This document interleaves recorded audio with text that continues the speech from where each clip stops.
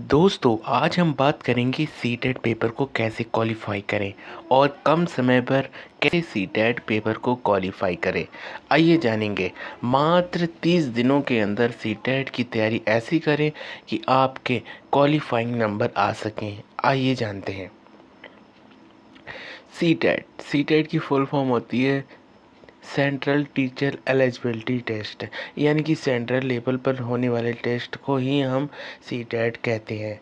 आइए जानेंगे आज हम कुछ ऐसे टिप्स जिसे आप फॉलो करेंगे क्वालिफाइंग नंबर अवश्य लेकर आ पाएंगे।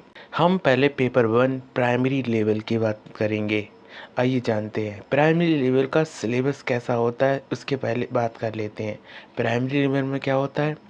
पहले सीडीपी आता है, फिर लैंग्वेज के दो पार्ट, लैंग्वेज 1 लैंग्वेज 2, फिर ईवीएस और फिर मैथ। अब इन पांचों सब्जेक्ट के मार्क्स कितने होते हैं? 30-30, यानी कि 30-30 मार्क्स सभी के होते हैं। इन्हें मिलाकर पूरे फुल 150 मार्क्स होते हैं। अब 30-30 मार्क्स में भी अलग अलग से दो पार्ट होते हैं, यानी कि कंटेंट और प्लस पेडागोजी। इन दोनों को मिलाकर 30 मार्क्स बनते हैं। यानी कि अगर आप सीडीपी की बात करेंगे तो सीडीपी में पहले 15 नंबर का कंटेंट आएगा और 15 नंबर की पेडागोजी आएगी। पेडागोजी और कंटेंट में बहुत ज़्यादा डिफरेंट है। कंटेंट बहुत ही ज़्यादा सिंपल होता है और पेडागोजी आपके जीवन से जुड़ी होती है, मतलब कि आप कैसा बच्चों के लिए सोचते हैं उसके विषय में यह टेस्ट कराया जाता है।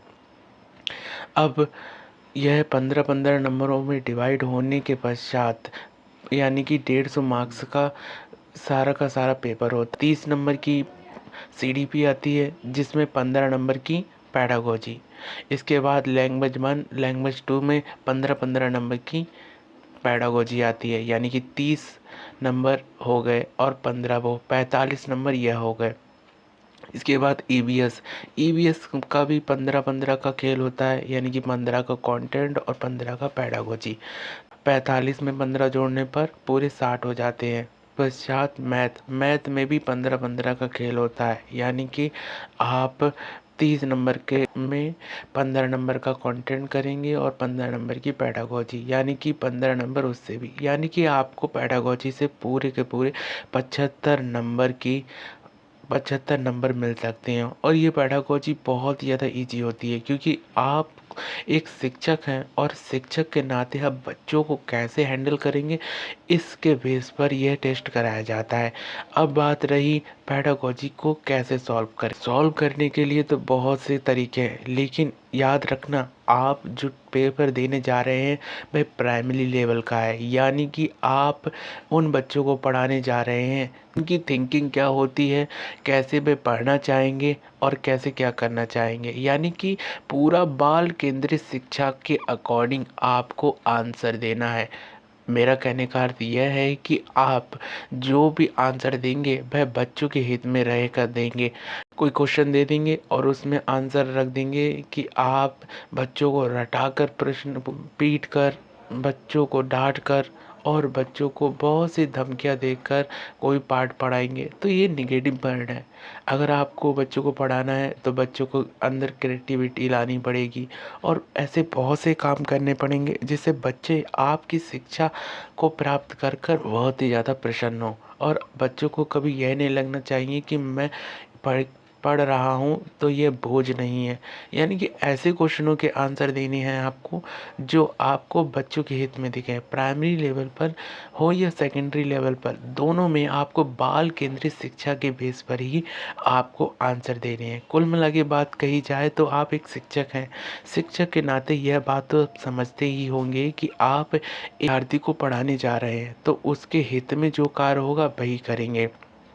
अब बात कर ली जाती है कंटेंट को आप जितना जल्दी हो कवर करें। सबसे पहले आप कंटेंट को एक नोटबुक बनाकर लिखें और नोटबुक बनाने के पश्चात जितना भी आपका मटेरियल बच जाता है वह आप PYQ यानी कि प्रीवियस ईयर क्वेश्चन से करेंगे।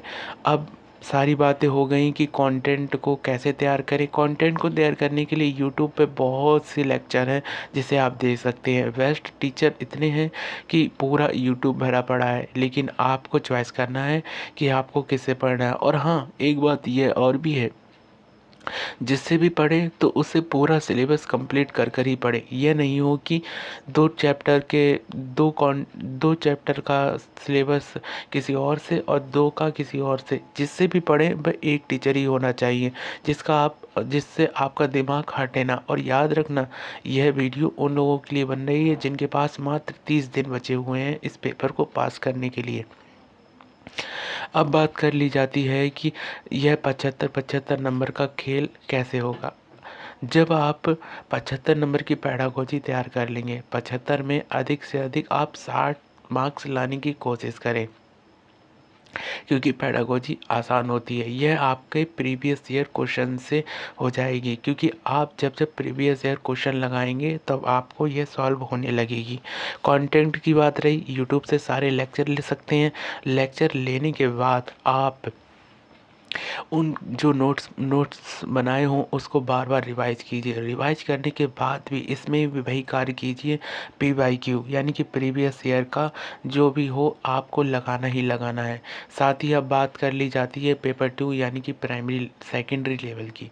सेकेंडरी लेवल में क्या होता है कि सिलेबस की बात करते हैं। सबसे पहले 30 नंबर की CDP आती है, लैंग्वेज 1 और लैंग्वेज 2 भी 30 नंबरों की आती है। इसके बाद आपका स्ट्रीम, अगर साइंस स्ट्रीम के हैं तो आपको 30 नंबर की साइंस और 30 नंबर की मैथ देखने को मिलेगी। अगर आप सोशल साइंस से हैं तो आपको पूरा 60 नंबर का सोशल साइंस का पेपर देना होगा। अब इनमें भी कंडीशन होती है पैडागोजी की।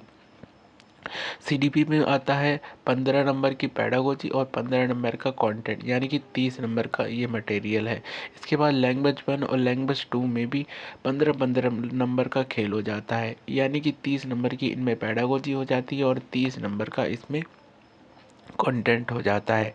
बात कर ली जाए साइंस और मैथ स्ट्रीम की, तो इसमें 30 नंबरों में 20 नंबर की आपकी कंटेंट आता है और 10 नंबर का आपका पैडागोजी आता है। मैथ में भी ऐसा ही होता है कि 20 नंबर का कंटेंट और 10 नंबर का पैडागोजी आता है। कुल मिला के बात की जाए तो 60 नंबरों में 40 नंबर का कंटेंट और 20 नंबर का आपका पैडागोजी आता है, यानी कि 40 कंटेंट और 20 पैडागोजी। 20 आपको इधर रखना है और 15 नंबर की आपकी CDP के और 15 नंबर आपके दोनों लैंग्वेज सेक्शन के, यानी कि 45 अंक वहाँ से आपको मिल जाते हैं और 20 अंक यहाँ से। कुल मिलाकर आपको पूरे 65 अंक प्राप्त होते हैं।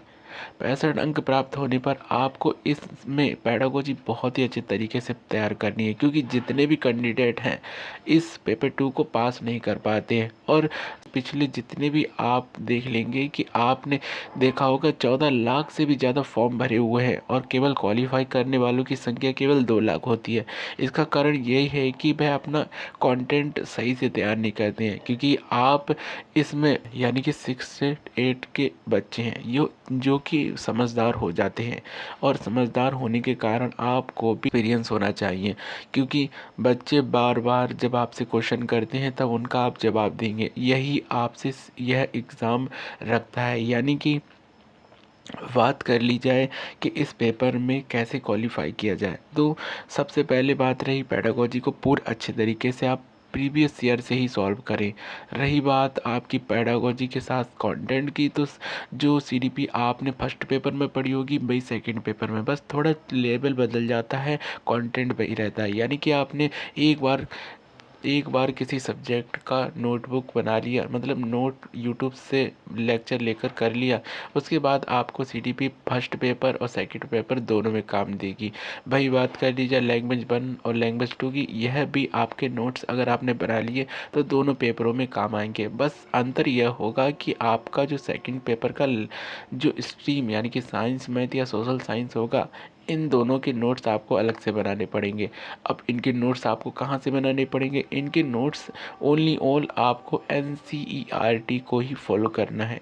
6 से 8 की NCERT, यह एग्ज़ाम इतना अच्छा है कि एनसीईआरटी से दूर जाता ही नहीं है। यानी कि अगर आप 6 की एनसीईआरटी देखेंगे और प्रीवियस ईयर पेपर देखेंगे तो आपको पूरी पूरी लाइन वाइज क्वेश्चन मिल जाएंगे। इसलिए आप 6 से 8 की एनसीईआरटी को पढ़ें और एनसीईआरटी को फॉलो करें। कुल मिला के बात रही, आपको एनसीईआरटी को फॉलो करते रहना है और लाइन वाइज एनसीईआरटी को पढ़ना है। अगर आप लोगों के पास इतना भी समय नहीं है तो यूट्यूब पर लाखों लेक्चर पड़े हुए हैं, आप उनको एनसीईआरटी के बेस पर देख सकते हैं। अब कंटेंट भी तैयार हो गया, पेडागोजी भी तैयार हो गई, रह क्या गया आपका केवल प्रैक्टिस। जितना आप प्रैक्टिस करेंगे उतना ही आप निखरेंगे। यानी कि सीटेट आपकी प्रैक्टिस देखता है कि आप कितना प्रिपेयर होकर आए हैं एक एग्ज़ाम को देने के लिए। जब आप इन सारी बातों को बात मानेंगे और सारी बातों को मानने के बाद अगर आप ईमानदारी से अगर आप पेपर देने जाएंगे तो अवश्य ही आपके 90+ मार्क्स अवश्य ही आएंगे। याद रखना, आपको नोट्स और एनसीईआरटी को फॉलो ज़रूर करना है। अगर आप लोगों को ये वीडियो अच्छी लगी हो तो प्लीज़ सब्सक्राइब करना ना भूलें।